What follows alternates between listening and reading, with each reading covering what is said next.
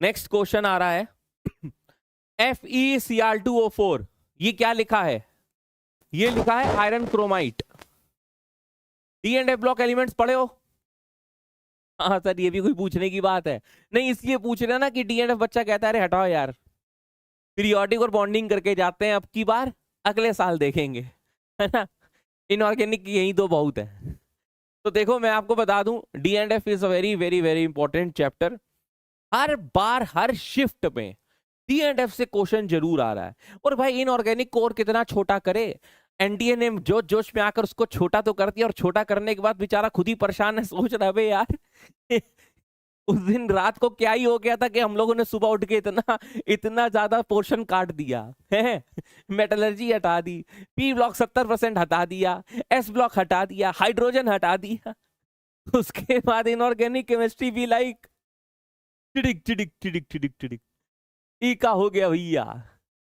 तो देखो ये है D and F block elements में जब आप K2Cr2O7 की प्रिपरेशन पढ़ते हो तो वो फ्रॉम आयरन क्रोमाइट और पढ़ते हो, उसमें आप Na2CO3 और एयर यानी कि ऑक्सीजन डालते हो, तो आपको ए और बी प्रोडक्ट्स मिलते हैं, यानी कि सोडियम क्रोमेट Na2CrO4 और Fe2O3।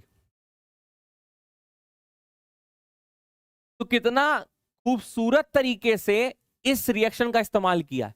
अब Na2CrO4 की रिएक्शन आप फिर H2SO4 के साथ कराकर इसको सोडियम डाइक्रोमेट में कन्वर्ट करते हो Na2Cr2O7 में।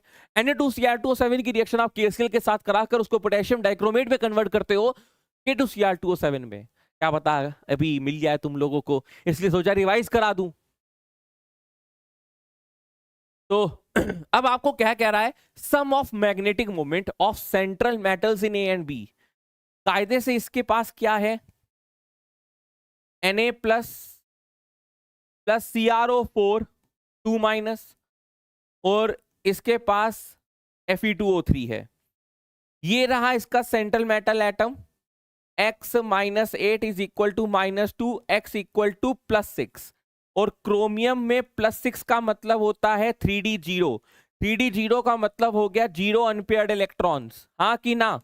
Because if we are talking about the magnetic moment, हम लोगों को पता है कि जो मैग्नेटिक मोमेंट होता है मेरे प्यारे बच्चों, वो होता है √n+2 बोहर मैग्नेटॉन, जिसमें n होता है total number of unpaired electron. Fe2O3 की बात करें तो 2x माइनस 6 equal to 0, x equal to +3, खत्म खल्लास। Fe होता है 26, ठीक है। 26 का मतलब हो गया 3d6 4s2।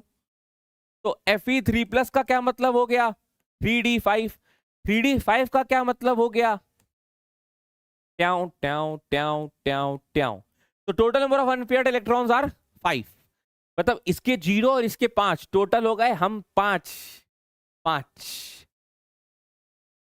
तो यहां पर जब आप लिखोगे ये आएगा √35, ये आएगा 5.9।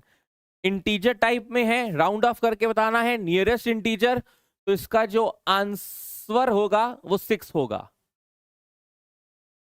क्लियर, पक्का?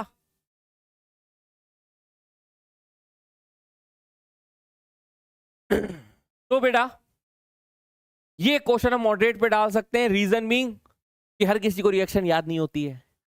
उसके बाद प्रोडक्ट्स आप सही बना रहे हो कि नहीं बना रहे हो, इसमें से आप ये निचोड़ पा रहे हो कि नहीं पा रहे हो, तो इसको मॉडरेट